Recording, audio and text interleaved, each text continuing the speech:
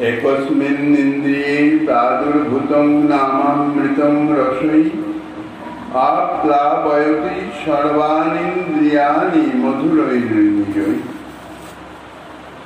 कलियुग पावन अवतार परम करुणामय श्री गौरांग सुंदरेर परमांतरंग प्रिय पार्षद वर्ग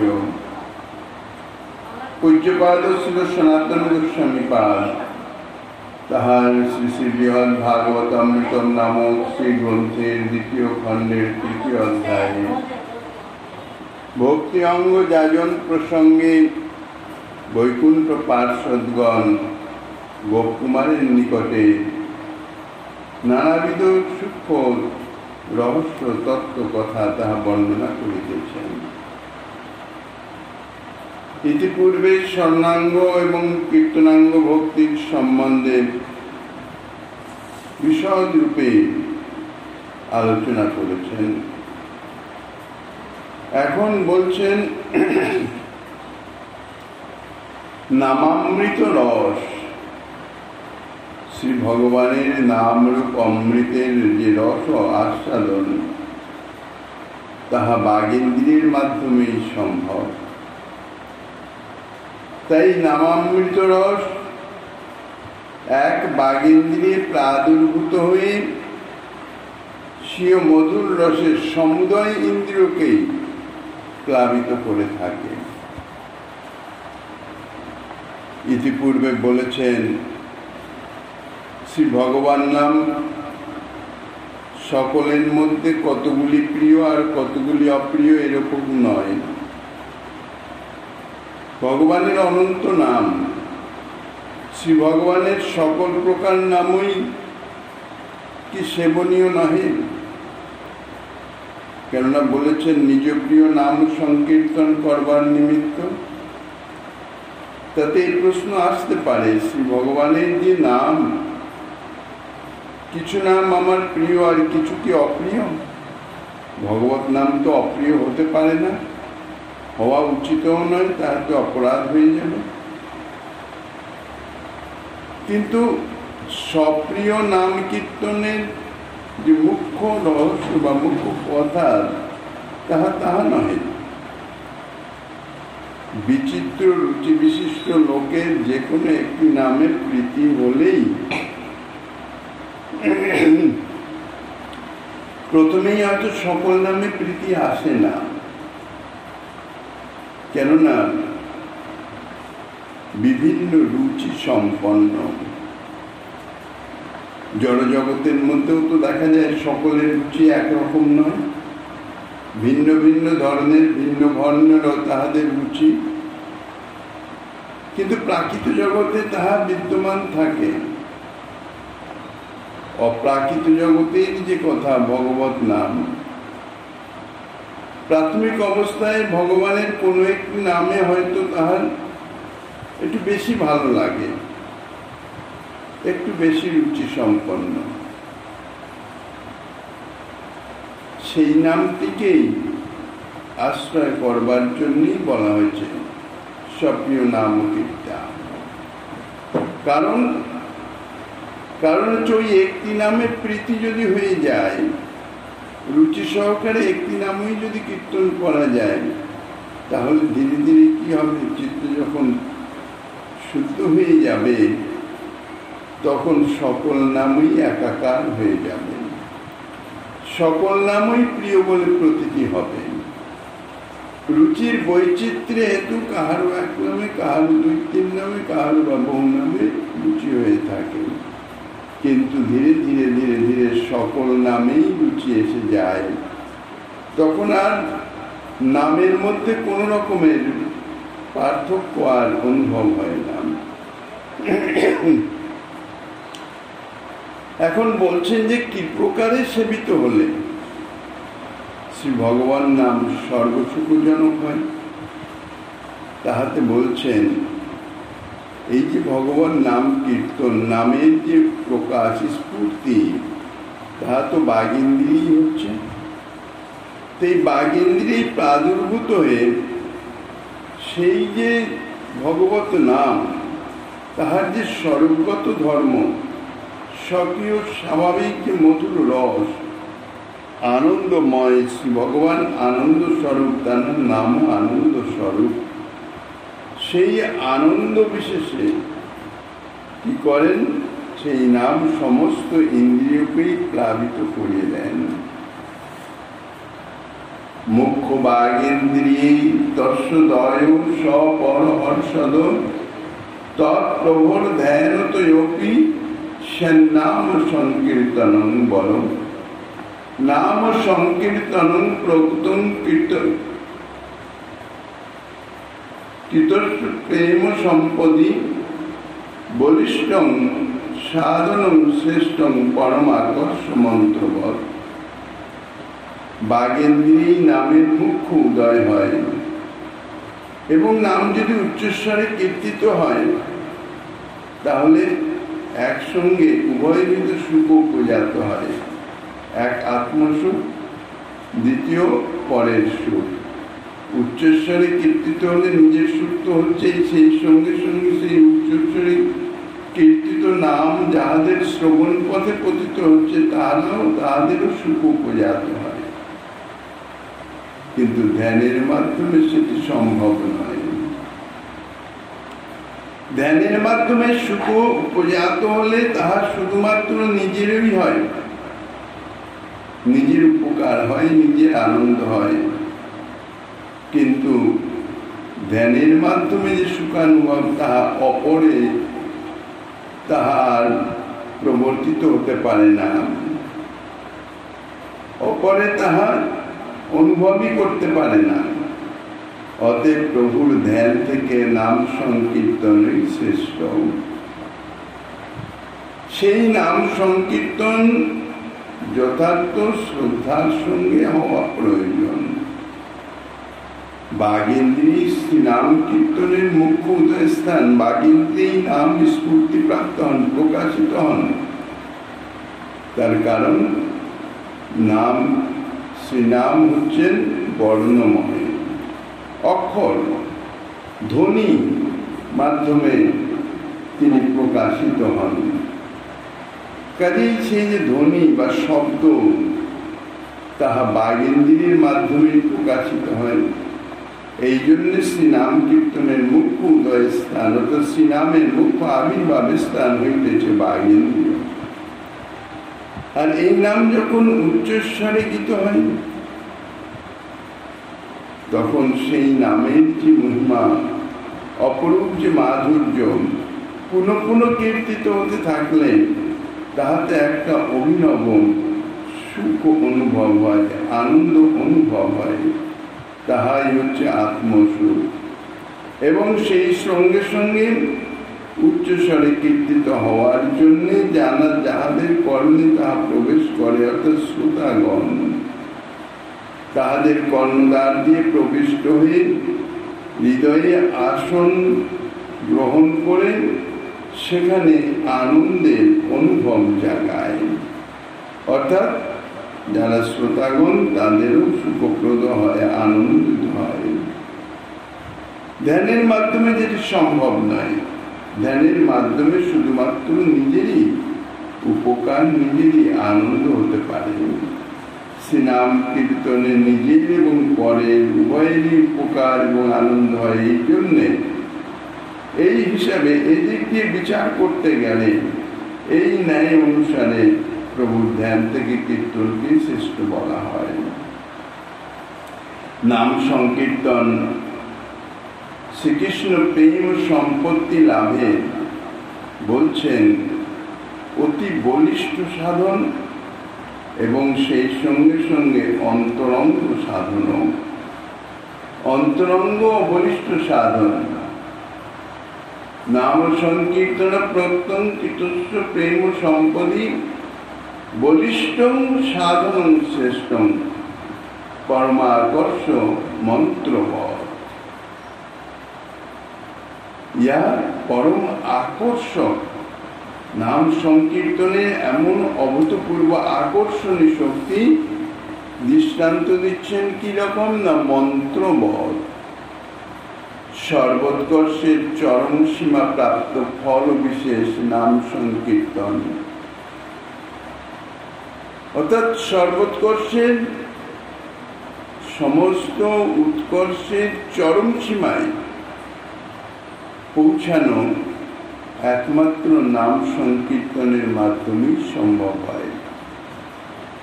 তাই সেই শ্রেষ্ঠতার জন্য পুনর্বার অত্যন্ত আনন্দের সঙ্গে প্রকাশ করছেন প্রেম সম্পদ লাভের অতি অন্তরঙ্গ সাধন হইতেছেন নাম সংকীর্তন।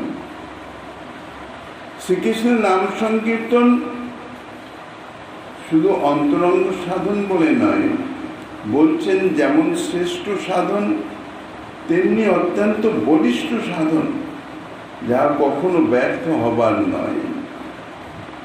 মন্ত্রবধ ভগবত আকর্ষণ, মন্ত্র শক্তি আছে, মন্ত্রের দ্বারা আকর্ষিত হয়, আকর্ষণ করে। তাই ভগবান নাম কীর্তন তাদৃশ ভগবত আকর্ষক, শ্রী ভগবানকে আকর্ষণ করে, শ্রী ভগবানকে নামিয়ে আনেন বলেই নাম অবতরণ করান ভক্তের হৃদয়ে।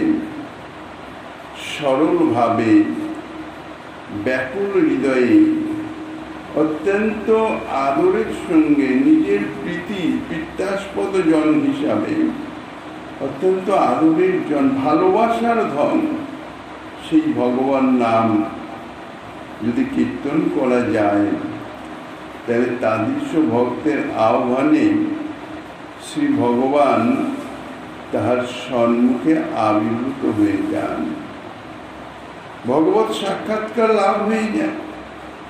যেমন আমরা যদি কাউকে প্রয়োজন হয় তার নাম ধরে ডাক দিই, সেখানে থাকলে সে শ্রুত হলে সে সামনে এসে হাজির হয়। এটা তো প্রাকৃত জগতের কথা।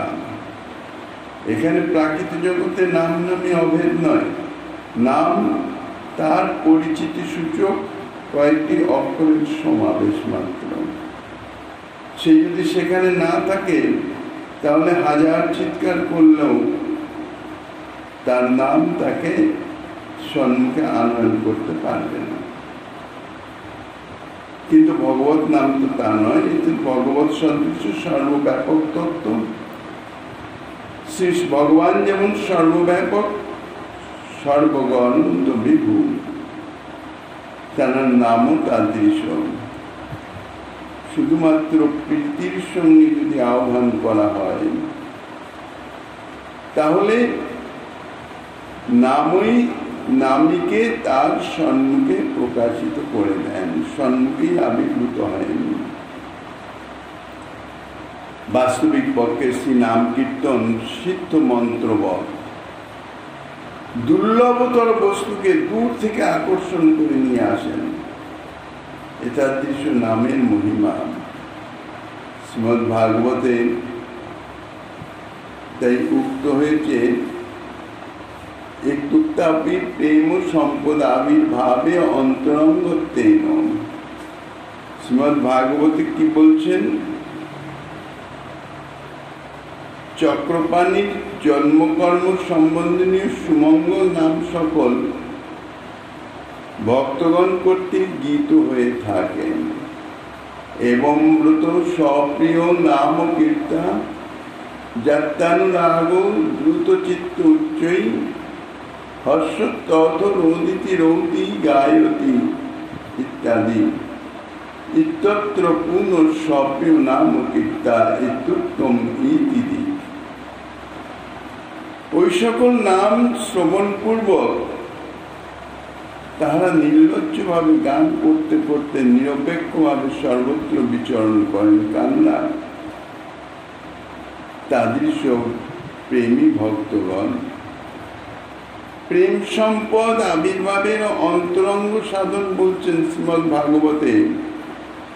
শ্রী কবি নামক যোগেন্দ্র নিমি মহারাজকে বলছেন, হে রাজন, এই প্রকার সপ্রিয় শ্রী হরির নাম কীর্তন দ্বারা জাত প্রেম, অর্থাৎ যাহাদের হৃদয়ে প্রেম প্রকাশিত হয়েছে এবং শ্রোত হৃদয় হয়ে নাম কীর্তন করতে করতে হৃদয়ে প্রেমে আপ্লুত হয়ে যায়, হৃদয়ে যেন দ্রবীভূত হয়ে যায়, বিবশ হয়ে যায় তাদৃশ ভক্তগণ, তখন তাহাদের যে আচরণ, বাহ্যিক আচরণ, তাহা উন্মাদবৎ। কখনো হাস্য করেন, কখনো রোদন করেন, কখনো নৃত্য করে ইত্যাদি। অর্থাৎ শ্রী ভগবান নিজ ভক্ত কর্তৃক কখনো পরাজয় প্রাপ্ত হইতেছেন, তাহার এই মহিমা অনুভব করে ভক্তগণ উচ্চ হাস্য করেন, কদাচিৎ বা উৎকণ্ঠায় চিৎকার করেন, কখনো বা আনন্দে গান করেন, কখনো বা নৃত্য করেন, আনন্দে উন্মাদবৎ হয়ে যান। এইরূপে তাহারা ভগবত প্রেমে উন্মত্ত হয়ে সর্বত্র বিচরণ করে থাকেন। অতএব এই যে সক্রিয় নাম কীর্তন, ইহাই হইতেছে যেমন পরম অন্তরঙ্গ সাধন, তেমনি পরম বলিষ্ঠ সাধন, শক্তি বর্ধনকারী সাধন। তদেব মন্যতে ভগতে ফলং তদ রসিকৈ জনৈ, ভগবত প্রেম সম্পত্ত সদৈব ব্যভিচারতম। সেই জন্য ভক্ত রসিকগণ নাম সংকীর্তনকেই ভক্তির ফল বলে বিবেচনা করে থাকেন। কারণ নাম সংকীর্তনই অব্যর্থ ভগবত প্রেম ও সম্পত্তি উৎপাদন করে থাকেন, অর্থাৎ কখনো ব্যর্থ হয় না, ইহার কখনো ব্যভিচার হয় না। নাম সংকীর্তন অব্যর্থ ভগবত প্রেম প্রাপ্তি করিয়ে দেবে, শুধুমাত্র অন্তরায় হইতেছে অপরাধ। অপরাধ যদি না থাকে, ইহা অব্যর্থ প্রেম সম্পত্তি সে প্রাপ্ত হবেই, এর কখনো ব্যভিচার অর্থাৎ কখনো অন্যতা হয় না। নাম সাধন শ্রেষ্ঠ নাম সংকীর্তনের মহিমা অধিকার কি বর্ণন করব? বৈকুণ্ঠ পার্শ্বদগণ বলছেন, ভক্ত রসিকগণ ইহাকেই সাধ্য বলে নিশ্চয় করেছেন। নাম সংকীর্তন যেমন সাধন এবং ইহাই সাধ্য। নাম সংকীর্তনের দ্বারা নাম সংকীর্তনেই প্রাপ্য। প্রাথমিক নাম সংকীর্তন তাদৃশ রুচিসম্মত তো নয়, সেই জন্য তখন তাহা সাধন। ধীরে ধীরে ধীরে ধীরে তাহাতে যখন রুচি জাত হয়ে যাবে, চিত্তশুদ্ধ হয়ে যাবে, তখন সেই নাম সংকীর্তনই চরম সাধ্য বস্তু বলে সে প্রাপ্ত, সে তাহার নিকট গৃহীত হবে। তথাপি যদি কেউ বলেন সর্বপ্রকার সাধন ভক্তির ফল তো প্রেম, সাধন করার উদ্দেশ্যই তো প্রেম প্রাপ্তির নিমিত্ত, তাহলে প্রেমই তো সাধ্য হবে। ইহা সত্য। নাম সংকীর্তনে সেই প্রেম সম্পত্তি উৎপাদন করেন, অর্থাৎ প্রকাশিত করেন, তাহাকে প্রদান করেন অব্যর্থ রূপে, ইহা কখনো ব্যর্থ হয় না। অর্থাৎ নাম সংকীর্তনে প্রেমোদয় হবে হবে হবে, ইহা অবশ্যম্ভাবী। এই জন্য উপাচার রূপে নাম সংকীর্তনকে ভক্তির ফল বলে বর্ণনা করা হয়েছে। ভক্তির ফল যে প্রেম, তা অবশ্য প্রাপ্ত। এই জন্যই নাম সংকীর্তনই প্রেমের ফল, অর্থাৎ সাধ্য। বস্তুত এই নিয়মের কখনো অন্যথা হয় না, ব্যভিচার হয় না।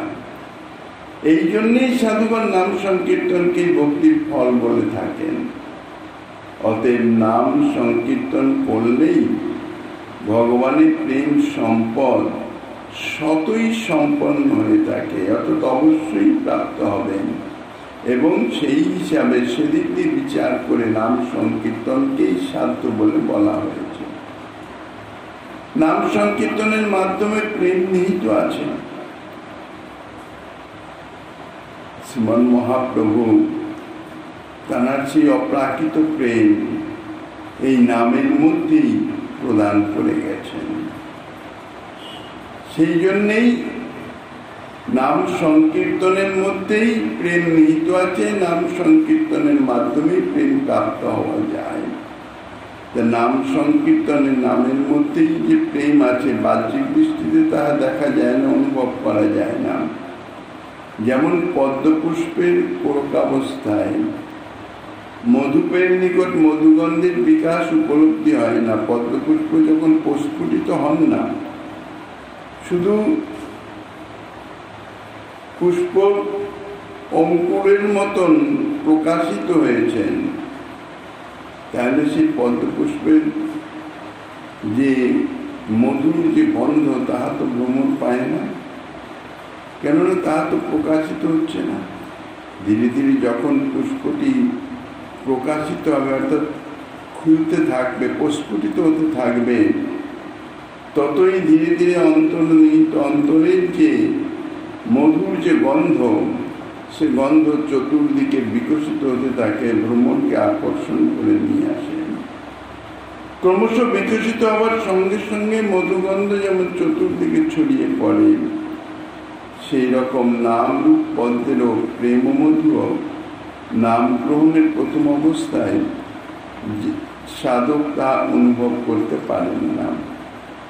নামের এই যে অভূতপূর্ব যে আনন্দদায়ী কাজের শক্তি, প্রথম অবস্থায় তাহা প্রকাশিত না হওয়ার জন্য ভক্ত মধুকে আকর্ষণ করতে পারে না। যারা একান্ত ভক্তগণ তাহারা হয়তো অনুভব করেন, তাহারা হয়তো আকর্ষিত হন, কিন্তু বাইরের লোক তাহা জানতেই পারে না। ক্রমে ক্রমে যখন পরিস্পুষ্ট হয়, অর্থাৎ উচ্চস্বরের সংকীর্তনের দ্বারা তাহাদিগকে ক্রমশ আকর্ষণ করে থাকে। এই জন্যই সাধুগণ নাম সংকীর্তনকে ভক্তির ফল, ভক্তির ফল কি প্রেম প্রাপ্তি, সরাসরি নাম সংকীর্তনকেই ভক্তির ফল বলে ঘোষণা করেন, গণনা করেন। কেননা নাম সংকীর্তন করলে তার মাধ্যমে প্রেম লাভ হবেই অবশ্যম্ভাবী। সল্লক্ষণং প্রেম ভরস্য কৃষ্ণে কশ্চিৎ রসগৈরূত কথ্যতে তৎ প্রেম ভরেনৈব নিজেষ্ট নাম সংকীর্তনং নিস্ফুরতি স্ফুটার্থা। রসজ্ঞগণ নাম সংকীর্তনকে প্রেমের স্বরূপ বলে নিশ্চয় করেছেন। তাহারা বলেন নাম সংকীর্তনই শ্রীকৃষ্ণ প্রেমের উৎকৃষ্ট লক্ষণ, কারণ নিজের ইষ্ট নাম প্রাণীর ব্যাকুলতার সহিত পরিস্পুষ্ট রূপে কীর্তন করলেন, উহা স্বয়ংই প্রেম ভরে স্ফূর্তি প্রাপ্ত হয়, প্রকাশিত হয়। অতএব সংকীর্তন প্রেম ইহা অনন্য সিদ্ধ। রসজ্ঞগণ যাহারা নাম ও প্রেম ও রস আস্বাদন করেছেন, তাদৃশ রসজ্ঞগণ অভিজ্ঞগণ, রস আস্বাদনে অভিজ্ঞজন নাম সংকীর্তনকে প্রেমের স্বরূপ বলে নির্ণয় করেছেন। কেননা নাম প্রেম একই স্বরূপ তাহাদের নিকট। নামের মাধ্যমে প্রেম ও রস তাহারা আস্বাদন করেন। এই জন্যেই নাম সংকীর্তনই তাহাদের নিকট প্রেমের স্বরূপ। তাহারা বলেন নাম সংকীর্তনই শ্রীকৃষ্ণ প্রেম ভরের উৎকৃষ্ট লক্ষণ, কারণ পরিস্পুষ্ট আরতি হৃদয়ের যে ব্যাকুলতার সম্যক ব্যাকুলতা উৎকণ্ঠার সম্যক রূপে আরতি রূপে পরিস্পুষ্ট হয়ে যায় নাম সংকীর্তনের মাধ্যমে।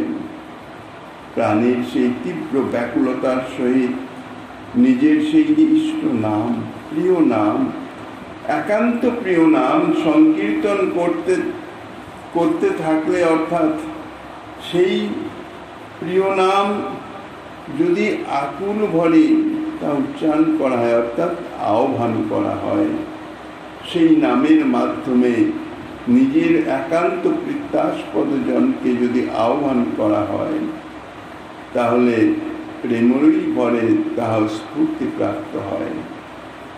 এইরূপ সংকীর্তনে প্রেম আবির্ভূত হয়ে যায়, প্রেম প্রকাশিত হয়।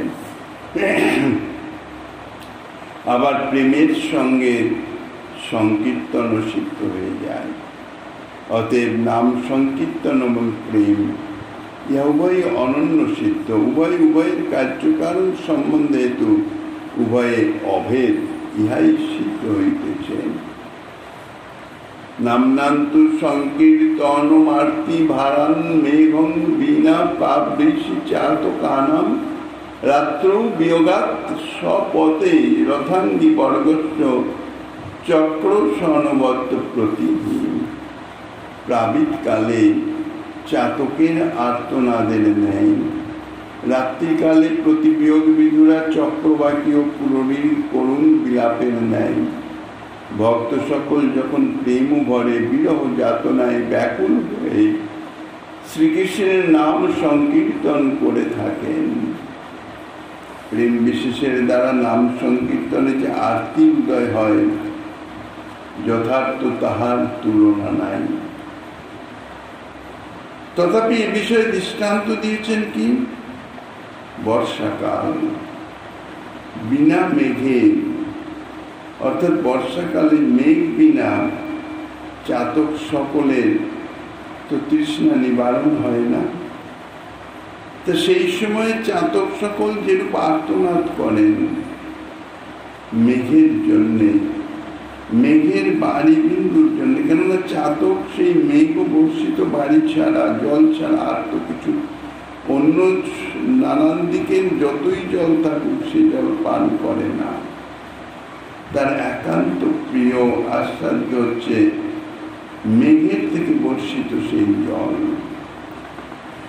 তাই বর্ষাকালে স্বাভাবিকভাবে মেঘ থেকে জল বর্ষিত হওয়ার কথা, কিন্তু যদি মেঘ না আসে, মেঘ যদি বাড়ি বর্ষণ না করে, তখন চাতক সকল পিপাসার্ত হয়ে যেরূপ আর্তনাদ করে দে জল, দে জল, দে জল বলে। তাদৃশ আরেকটি বিরহ বিদুরের কথা, চক্রবাকী পুরী পক্ষী সকল পতি বিয়োগা, কারণ রাত্রিকালে তাহাদের পতির সঙ্গে মিলন হয় না, সাবগ্রস্তা। তাই প্রতিবিয়োগ বিদুরা চক্রবাকী ও পুরী সকল যেরূপ কাতর স্বরে চিৎকার করে প্রিয়কে আহ্বান করে কতক্ষণে প্রভাত হবে, তদ্রূপ ভক্ত সকল পরম বিরহজ প্রেমার্থীতে অভিভূত হয়ে পিত্তাস্পদের মিলনের নিমিত্ত নাম সংকীর্তন করে থাকেন। অর্থাৎ ভগবত বিরহ ব্যথায় ব্যথিত হয়ে বিচিত্র মধুর গাথা প্রবন্ধ সহকারে ভগবানের নাম সংকীর্তন করে থাকেন। বিরহ দ্বারা আবির্ভাবিত পরম প্রেম ও বৈশিষ্ট্যের কথা তাহা পূর্বেই বলা হয়েছে, প্রায়শ পূর্বে বলা হয়েছে। প্রায়শ অর্থাৎ আগে তো বলা হয়েছে, পরে আরো বলা হবে। এর পরমার্থীর সহিত বিচিত্র মধুর গাথা প্রবন্ধে ভগবানের নাম কীর্তন করাই হচ্ছে কর্তব্য। সেইভাবে নাম কীর্তন করলে তবেই যথার্থ প্রেম প্রাপ্তি হবে। ইহাই হচ্ছে সমস্ত শাস্ত্রের তাৎপর্য। সিদ্ধস্য লক্ষণং যৎ স্যাৎ সাধনং সাধকস্য তৎ।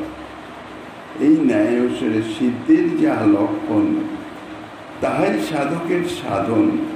অর্থাৎ সিদ্ধের আনুগত্যে যারা সিদ্ধ হয়েছেন, যারা নাম সংকীর্তনের মাধ্যমে প্রেম প্রাপ্ত হয়েছেন, তানাদের আনুগত্য নিয়ে তানাদের পথে অগ্রসর হলে, অর্থাৎ সাধন করলে তবেই সাধক সিদ্ধ হতে পারবেন।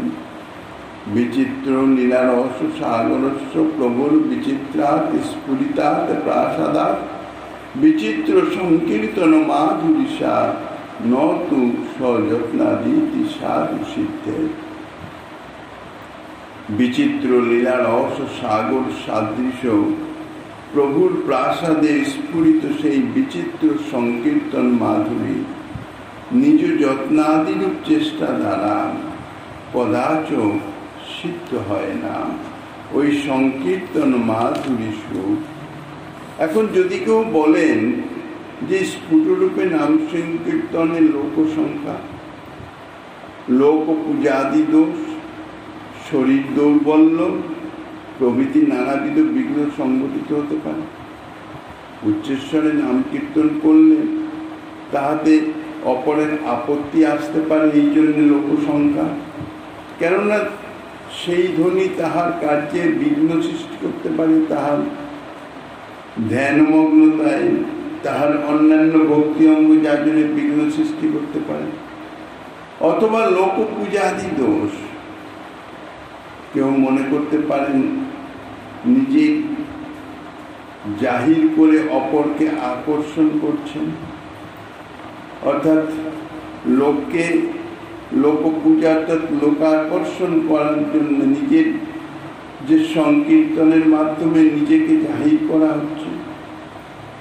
তৃতীয়ত, উচ্চস্বরে যদি কীর্তন করা যায় তার ফলে কিছু শারীরিক দুর্বলতা এসে উপস্থিত হয়। এরকম নানাবিধ বহু বহু বিঘ্ন সংঘটিত হতে পারে উচ্চ সংকীর্তনে। কিন্তু অন্যের অলক্ষিতে অনায়াসে বসে যদি ধ্যান করা যায়, মানস চিন্তন, তাহলে তো কোনোরূপ বিঘ্নের আশঙ্কা নেই। তাহলে উচ্চ সংকীর্তনের, উচ্চ কীর্তনের প্রয়োজন কি?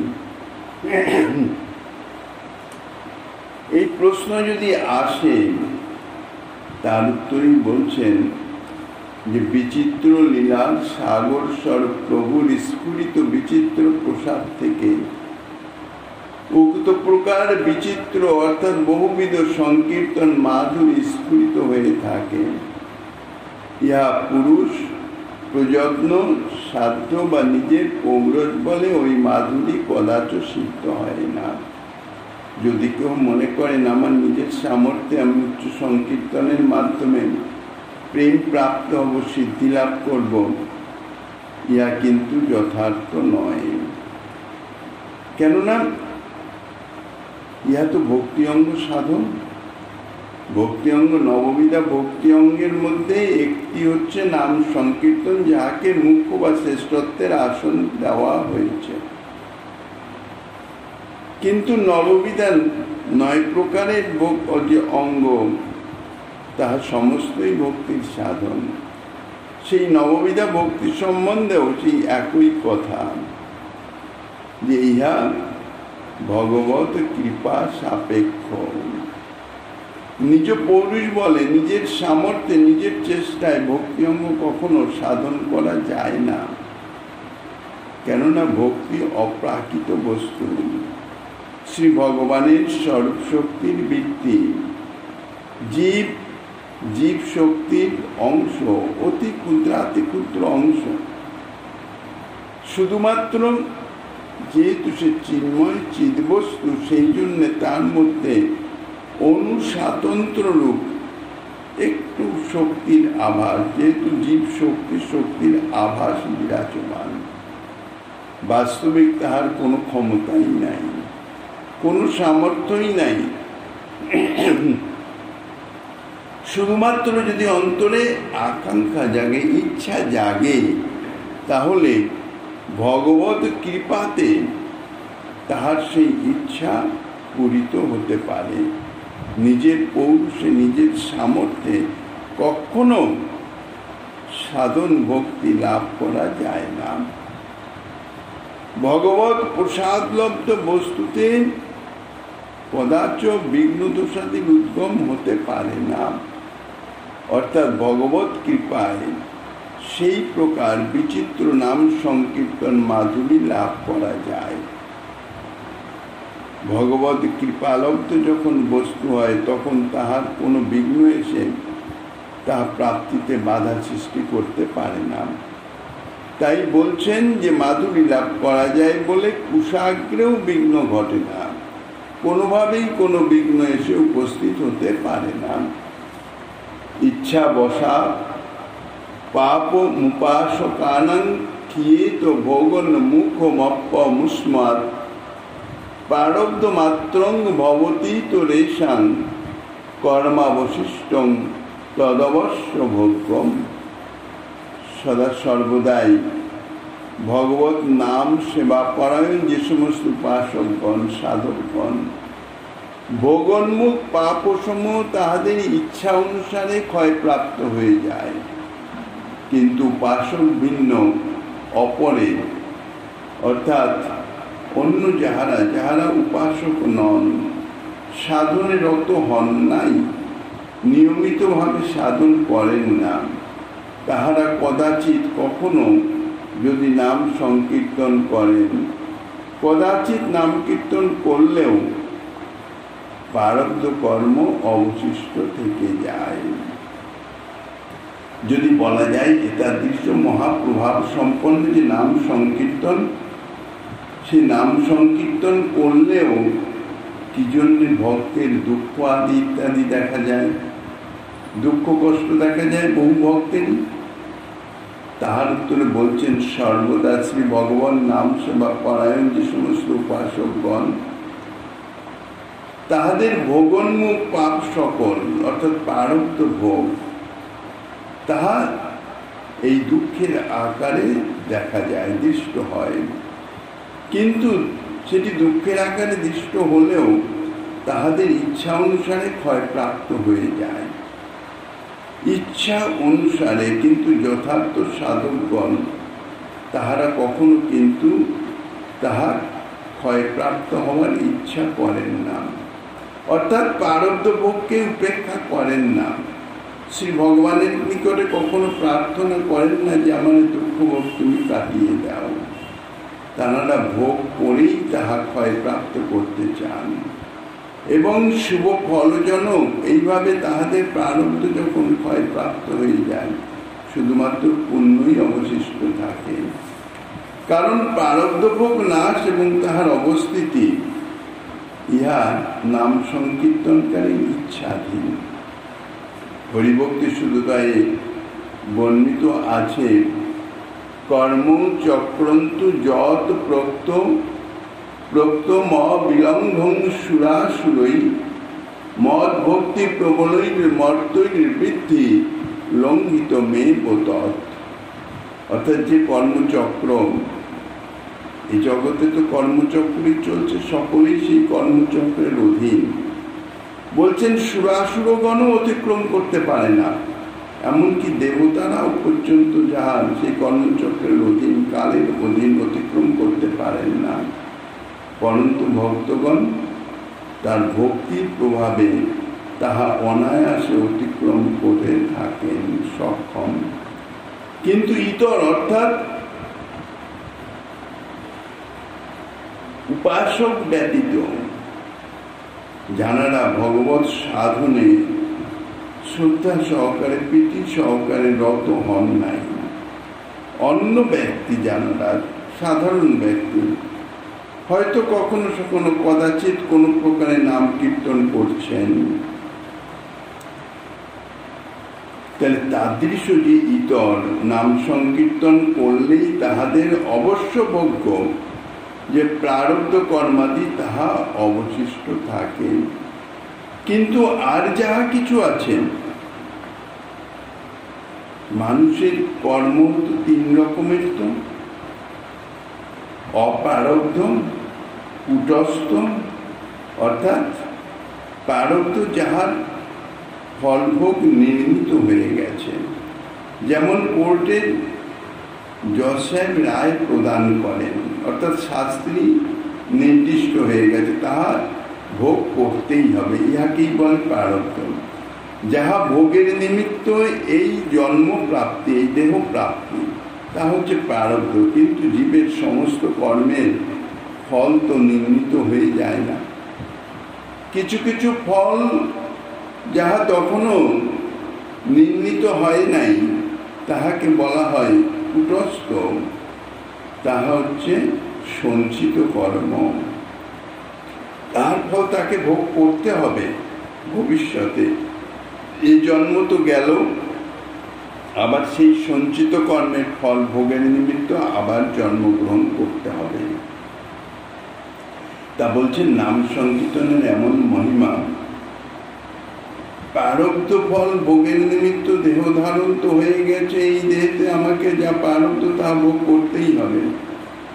যাহারা সাধনায় রত হন নাই, নিয়মিত সাধনায় রত নন, সাধারণ জন কচিত কদাচিৎ ভগবত নাম কীর্তন করলেন, ভালো লাগছে কিছুক্ষণ গেলাম, একটু কীর্তন করলাম, হয়ে গেল, তাদৃশ ব্যক্তিগণের এই নাম কীর্তনের প্রভাবে তাহাদের যে সঞ্চিত কর্ম থাকে তাহা কিন্তু ক্ষয়প্রাপ্ত হয়ে যায়।